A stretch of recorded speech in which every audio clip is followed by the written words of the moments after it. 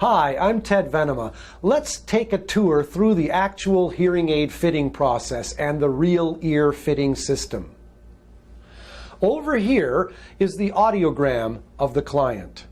You can see the audiograms for the right ear and for the left ear respectively. The right ear is shown in red, the left ear is shown in blue. Now we've already discussed with the client the particular hearing aid make, model, style, and type that would be most appropriate for her. So what we're going to do now, having that having been done, is choose our hearing aid fitting method. Allow me to draw your attention to the screen here, right down where my finger is pointing. I'm going to highlight the fact that one can choose from among several different fitting methods. We happen to have chosen NAL 2. According to NAL 2, you will notice on the top two graphs over here, you can see the fitting method targets based on NAL 2. For her particular audiogram, you can see a target for soft speech, you can see a target for average speech, and a target for loud speech. So this is what the software is predicting will happen.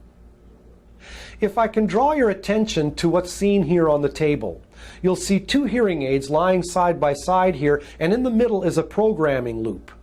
The hearing aids are thus being programmed wirelessly to deliver what has been shown previously on the screen. So this is the first general step of the real ear fitting process, because we've programmed the hearing aids by way of the hearing fitting software. The next step is, let's verify and prove, are we getting what the software said we'd get? We're going to actually physically measure the output of the hearing aids in her ear canals. The first step in real ear measurement is to do otoscopy, which means taking a look into her ear canals to make sure her ear canal is free of any obstruction and earwax. And it is. The next step is to insert the real ear probe tube into her ear canal. The right that is red here, I hang the loop around her ear. And the next step is to insert the tube into her ear canal so that the black ring that I'm pointing at here is right at her tragus. So we insert the tube into the ear canal so that the little black ring is at the tragus. And you can see that there. The next step is to insert the hearing aid into her ear canal with the tube held snugly in place.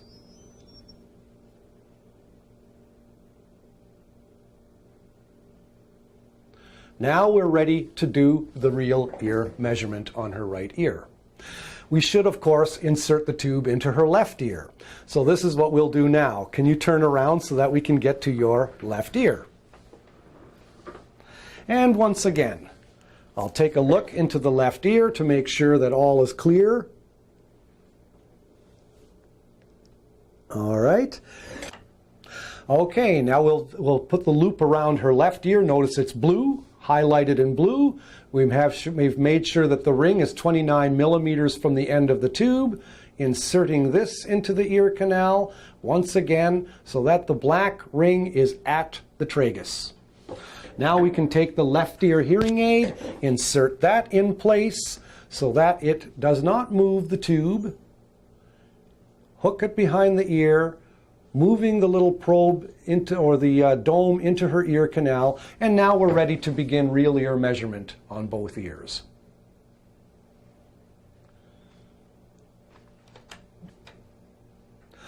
Okay, now she's sitting in place in front of the real ear system with both hearing aids in place. As for me on this side of the screen, you will be able to see what the hearing aids are doing in her ears as I'm speaking live and in time. Here's our hearing levels for the right ear, hearing levels for the left ear, and you can see what the hearing aids are doing to my speech. They're literally lifting my speech above her hearing levels so that all of my speech is audible. You can change any kind of sound you want. Boo. Look at the lows. anything that I'm making. So now you can see what's happening with speech. Now in this next segment, let's show what's happening in the real ear. Let's find out what this is really looking like in her ear canals. We've programmed the hearing aids according to her particular hearing loss and according to the fitting method that we chose. And you saw the results just previously. Now let's verify and prove, are we getting in her ear canals what the software said we'd get? And this is real ear measurement. The right ear is red, the blue is her left ear, and you can see this is her hearing levels in her right ear, her hearing levels in her left ear. The asterisks are loudness discomfort levels, and the area in between is called her dynamic range. Let's have average input speech, and let's find out how that's being amplified. A carrot is a long reddish-yellow vegetable which has several thin leaves.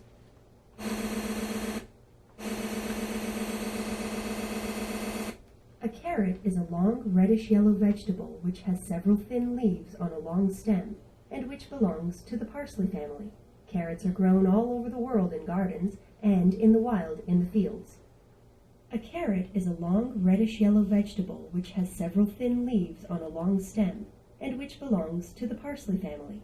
Carrots are grown all over the world in gardens and in the wild in the fields. There you can see that carrot passage, you can see that average speech has been amplified so that it is meeting the targets of the NAL2 fitting method. Let's find out what happens for soft input speech.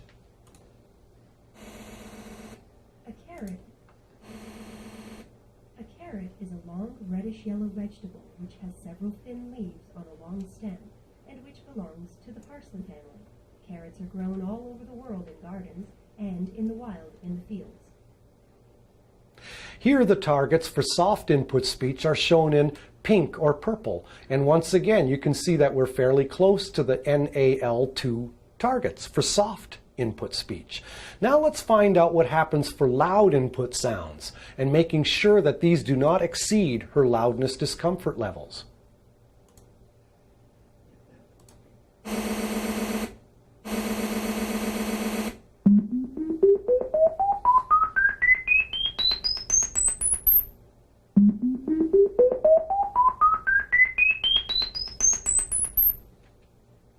You can see that loud sounds coming into the hearing aid were never amplified so as to be above her loudness discomfort levels.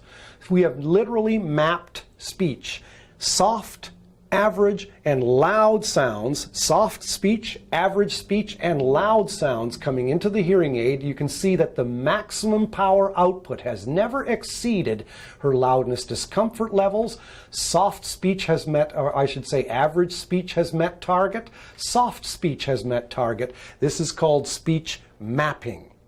This is the objective part of the hearing aid fitting. We follow up by, of course, discussions with what types of peripheral devices would be bundled with her hearing aids, what kind of programs we'd choose, listening in quiet, etc.